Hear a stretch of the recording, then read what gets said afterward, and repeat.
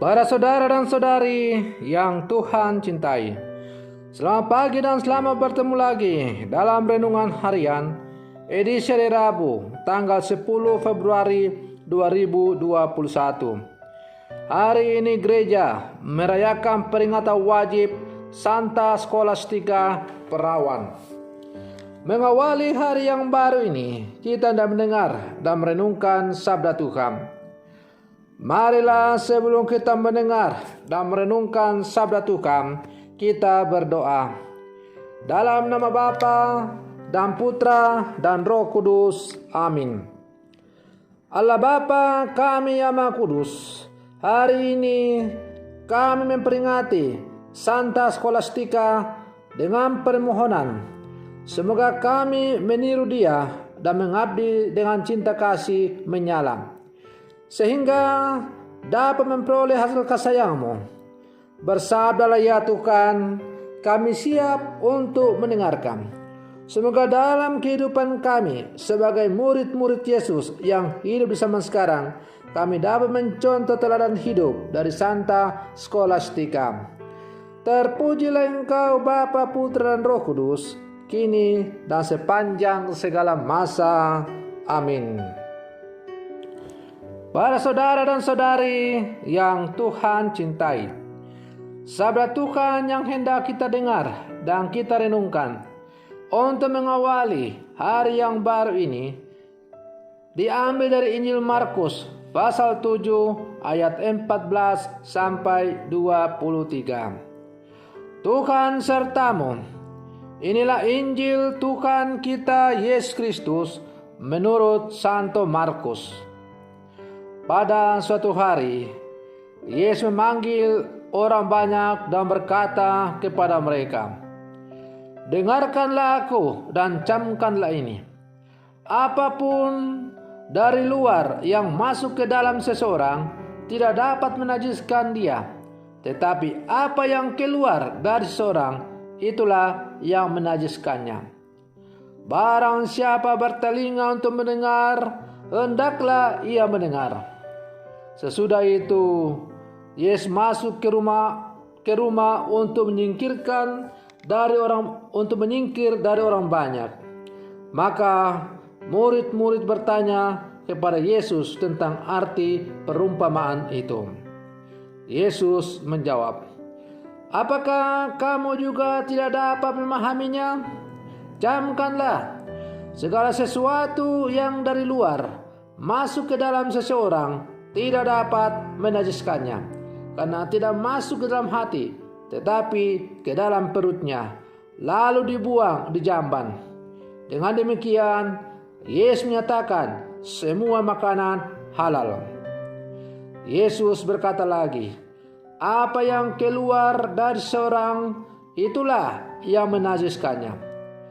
Sebab dari dalam hati orang timbul segala pikiran jahat, persinahan, keserakahan, kejahatan, kelicikan, hawa nafsu, iri hati, hujat, kesombongan, kebebalan. Semua hal-hal jahat ini timbul dari dalam dan menajiskan orang." Demikianlah Injil Tuhan.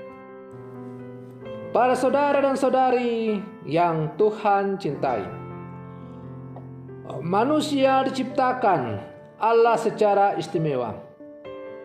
Setelah Allah membentuk manusia serupa dan secitra dengan Dia, Ia memberi nafas kehidupan kepada manusia dari hembusan rohnya sendiri.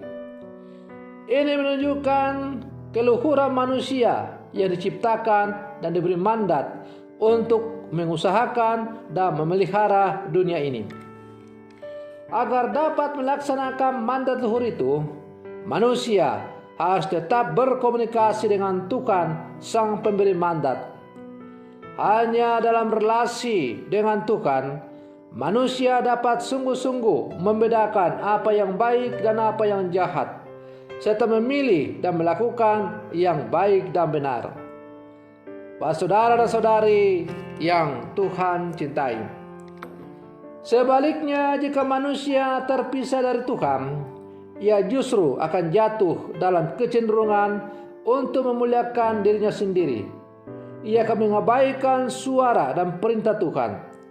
Manusia hanya mau mematuhi egonya sendiri. Para saudara dan saudari yang Tuhan cintai, semua hal-hal jahat ini timbul dari dalam dan menajiskan orang. Maka kata Yesus dalam Injil hari ini, hati yang tidak dipenuhi dengan sabda Tuhan hanya dapat menghasilkan pikiran-pikiran jahat, percabulan, pencurian, pembunuhan, persinahan, keserakahan, kejahatan, kelicikan, hawa nafsu, iri hati, hujat, kesombongan, dan kebebalan. Hal-hal itu timbul dari dalam hati manusia dan menajiskan manusia. Maka dari hati manusia yang tak dipenuhi dengan sabda Tuhan, keluarlah segala tindakan dan niat buruk. Para saudara dan saudari yang Tuhan cintai, maka sabda Tuhan yang hari ini kita dengar, khususnya bacaan Injil, menjadi salah satu dasar ajaran moral Kristiani berkaitan dengan kemurnian dan kesucian hati. Yesus menekankan kedalaman batin yang harus diperhatikan oleh semua umat beriman, sehingga mampu mengekspresikannya secara tepat dan benar. Yang harus diperjuangkan adalah upaya untuk mengatasi pikiran buruk yang keluar dari dalam hati. Para saudara dan saudari yang Tuhan cintai, hari ini kita merayakan peringatan wajib Santa Scholastica, seorang kudus yang semasa hidupnya juga berjuang dengan sekuat tenaga untuk menjaga kemurnian hatinya dengan selalu taat kepada Tuhan.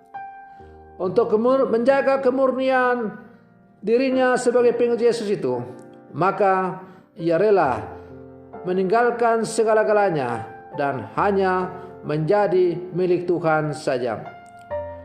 Maka melalui contoh teladan Santa Scholastica, kita diajak supaya dalam kehidupan kita menjaga kemurnian iman kita menjaga kemurnian hati kita menjaga kemurnian kehidupan kita. Karena kita pada dasarnya adalah kudus, karena diciptakan Allah secitra dengan Dia. Dan nafas yang hidup, yang memberi kita hidup, bukanlah nafas sembarangan, tetapi nafas yang ditiupkan oleh Allah sendiri. Artinya, bahwa nafas yang memberi kehidupan kepada kita adalah nafas dari Allah itu sendiri.